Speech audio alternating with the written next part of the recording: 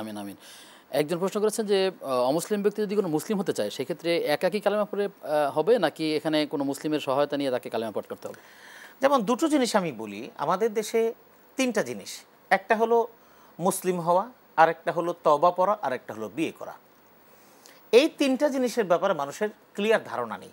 যেমন মুসলিম হওয়া মানে কি? মুসলিম হওয়া মানে হলো ইব্রাহিম আলাইহিস সালামকে বলা হয়েছে আসলিম, ক্বালা আসলামতু লিরাব্বিল আলামিন। তিনি কিন্তু কাউরে জানাইয়া কারোর সামনে এভাবে কিন্তু ঘোষণা না। মুসলমান মানে হলো কি? আমি ইসলামের সমস্ত বিধিবিধানগুলো মেনে নিলাম, আমি অন্তরে আল্লাহকে মেনে নিলাম এবং কালেমার যেই দাওয়াতের কথা সেই দাবিগুলো আমি মেনে নিলাম, এটার নামই তো মুসলমান। আমি অন্তরে বললাম লা ইলাহা ইল্লাল্লাহ মুহাম্মাদুর রাসূলুল্লাহ, এটা আমি বলা মানে কি? বলা মানে স্বীকৃতি দেওয়া। এটা যদি না হতো তাহলে আবু জাহাল আবু লাহাব ওরা লা ইলাহা ইল্লাল্লাহ শোনার পরে ক্ষিপ্ত হয়ে গেল কেন?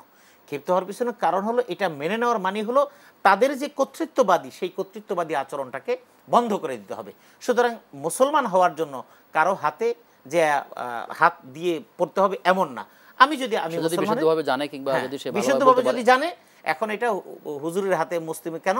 যেহেতু এই পদ্ধতিটা সেই সম্পর্কে জানে না, এই জন্য এটা। সাক্ষী রাখার প্রয়োজন আছে কি এখানে? না, সাক্ষী রাখার, আমি মুসলমান, আমার ভিতরে যদি প্রতারণার কোনো কিছু থাকে তাহলে সেক্ষেত্রে তো বিষয় অন্য।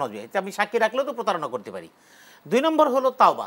রাষ্ট্রের স্বীকৃতি দরকারের ক্ষেত্রে এরকম কিছু যদি এমন হয়, এখন আমি হিন্দু, বৌদ্ধ বা বিভিন্ন ধর্মাবলম্বী, আমি যদি এই জায়গায় যদি মুসলমান পরিচয় দিতে গেলে যদি রাষ্ট্রের সমস্যা, পারিবারিক সমস্যা, আইনগত জটিলতার সৃষ্টি হয়, তাহলে আইনগত জটিলতা যে আমার পরিবার আমার বিরুদ্ধে এরকম বিভিন্ন ধরনের করবে অথবা যেই সোসাইটিতে আমি মিলবো তাদের ক্ষতি করবে, এমন যদি কোনো সিচুয়েশন হয় তাহলে সেই ক্ষেত্রে আইনি সেই প্রসেসটা সেই রক্ষা করবে।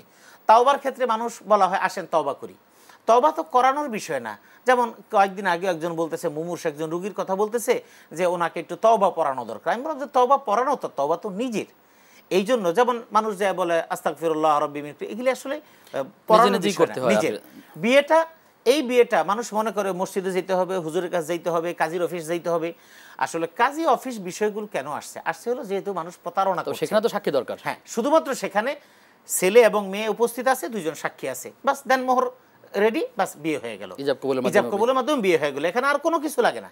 এগুলি মানুষ না জানার কারণে হলো একেবারে অনেক আয়োজন করতে হয় এবং প্রতারণা বিভিন্ন বিষয় থাকার কারণে। আল্লাহ তাআলা ইসলামের মৌলিক বিষয়গুলো আমাদেরকে জানা এবং বোঝার তৌফিক দান করুন।